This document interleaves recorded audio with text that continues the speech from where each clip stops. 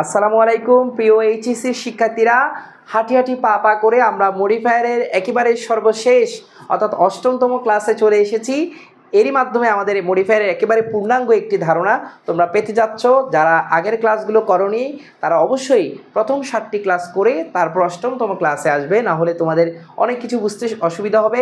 এবং আজকের ক্লাস শেষে তোমরা যে প্র্যাকটিস করবা বোর্ড প্রশ্ন, আমি কিন্তু এই তোমাদের 8টি ভিডিওর মধ্যে আমি ডেসক্রিপশনে আমাদের বোর্ড প্রশ্নের সমাধানগুলো মডিফায়ারের আমি প্লেলিস্টের লিঙ্কটি দিয়ে দিয়েছি। মডিফায়ারের প্লেলিস্টে তোমরা অবশ্যই বোর্ড প্রশ্নগুলো সমাধান করবে আজকের ক্লাসের পরে। এবং তোমরা যারা আমাদের হোয়াটসঅ্যাপ গ্রুপে যুক্ত হওনি এখনও, আমাদের এই ভিডিও ডেসক্রিপশনে তোমাদের হোয়াটসঅ্যাপ গ্রুপের লিঙ্ক আছে এবং আমাদের অনলাইন পেড ব্যাচে কিন্তু ভর্তি চলছে। তোমাদের এইচএসসির প্রস্তুতি 100 করতে আমাদের পেইড ব্যাচে এখনই ভর্তি হয়ে যাও। এই হোয়াটসঅ্যাপ নাম্বারে নক দিয়ে তোমরা বিস্তারিত জানতে পারবে। চলো আমরা আজকে মূলত যে বিষয়টা দেখব, পোস্ট মডিফায়ারের ভার্বের অর্থাৎ ভার্বের পরে বসে ভার্বকে মডিফাই করবে। ভার্বের পরে বসে ভার্বকে মডিফাই করতে পারে 3টা জিনিস, একটা অ্যাডভার্ব, একটা ইনফিনিটিভ ফ্রেজ বা ইনফিনিটিভও বলতে পারো, বা প্রেপোজিশনাল ফ্রেজ। প্রেপোজিশনাল ফ্রেজ কি তোমরা জানো? ইনফিনিটিভ ফ্রেজ কি জানো? ভাই আমি তো জানি না। আগের ক্লাসগুলো করো, একেবারে ক্লিয়ার হয়ে যাবে। আজকের ক্লাসটা আমরা খুব সহজভাবে বুঝতে পারবো, যেহেতু আগের ক্লাসের মাধ্যমে আমরা সব কিছু মোটামুটি একটা কনসেপ্ট নিয়ে ফেলেছি। আমরা চলে যাই post modify the verb with adverb.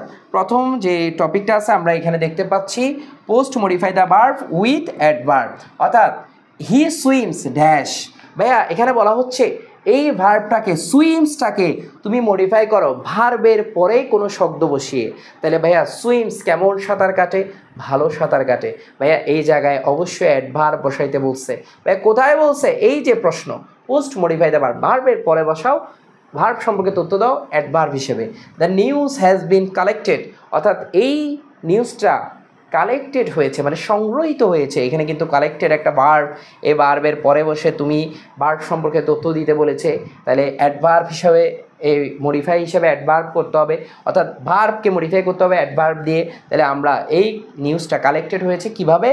Locally, মানে স্থানীয়ভাবে। ঠিক আছে, তার মানে এই লোকালিটা একটা অ্যাডভার্ব।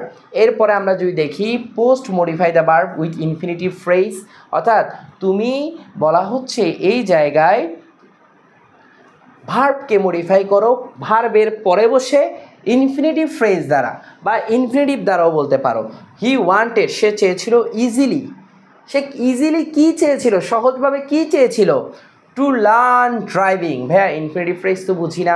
এই যে টু প্লাস ভার্বের বেস ফ্রম মানে ইনফিনিটিভ, এটা মানে কি? ইনফিনিটিভ। এবং এই ইনফিনিটিভের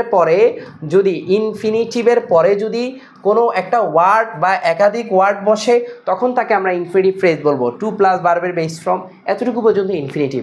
এরপর আরেকটা শব্দ বসে গেছে, তার মানে একসাথে আমরা বলবো ইনফিনিটিভ ফ্রেজ। তাহলে হি ওয়ান্টেড, সে কী চেয়েছিল? এই ভার্বটাকে মডিফাই করতে বলছে, ভার্ব সম্পর্কে তথ্য দিতে বলছে। কী চেয়েছিল ভাইয়া? টু লার্ন ড্রাইভিং, ড্রাইভিং শিখতে চেয়েছিল সহজেই। আশা করি তোমরা বুঝতে পেরেছো। হি ওয়ান্টস, সে কী চেয়েছিল? রেগুলারলি।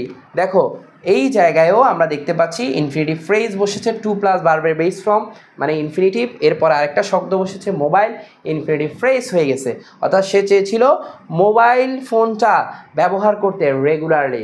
আশা করি এর মাধ্যমে তোমরা post modify the verb with infinitive phrase বুঝতে পেরেছো। এবং সর্বশেষ post modify the verb with prepositional phrase. ভাইয়া প্রেপোজিশনাল ফ্রেজ মানে কি আরেকবার একটু বলে দেন না, যারা ক্লাস অষ্টমটা থেকে শুরু করছে মানে পেছন দিক থেকে, কিন্তু তাদেরকে বলবো অবশ্যই প্রথম ক্লাসগুলো করে আসবে। ঠিক আছে ভাইয়া, প্রেপোজিশনাল ফ্রেজ মানে প্রেপোজিশন দিয়ে শুরু, নাউন দিয়ে শেষ। ভাইয়া মাঝখানে ডট ডট কেন দিয়েছেন? এখানে আরও শব্দ থাকতে পারে।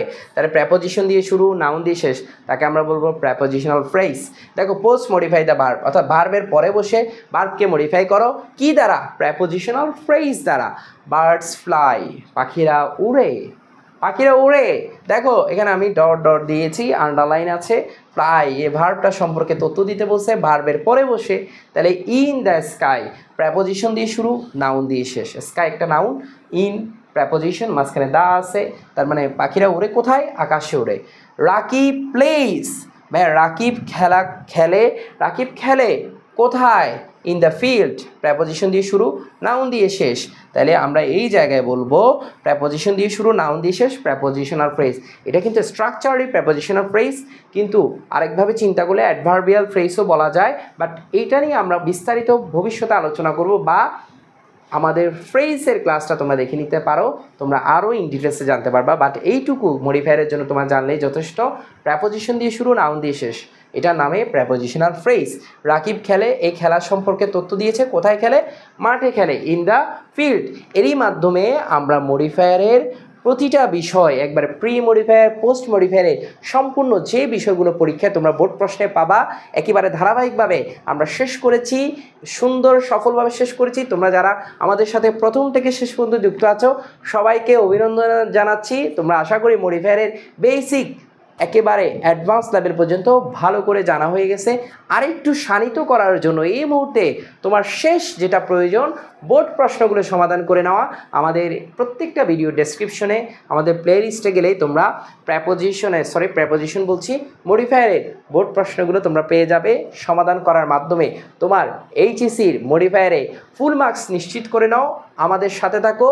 পরবর্তীতে তোমরা দেখবে আমরা প্রতিটি গ্রামার আমাদের প্লেলিস্টে আমরা অন্তর্ভুক্ত করেছি, সেগুলো করে নাও এবং বন্ধুবান্ধব সকলকে আমাদের এই ইউটিউব চ্যানেলটি শেয়ার করে দাও।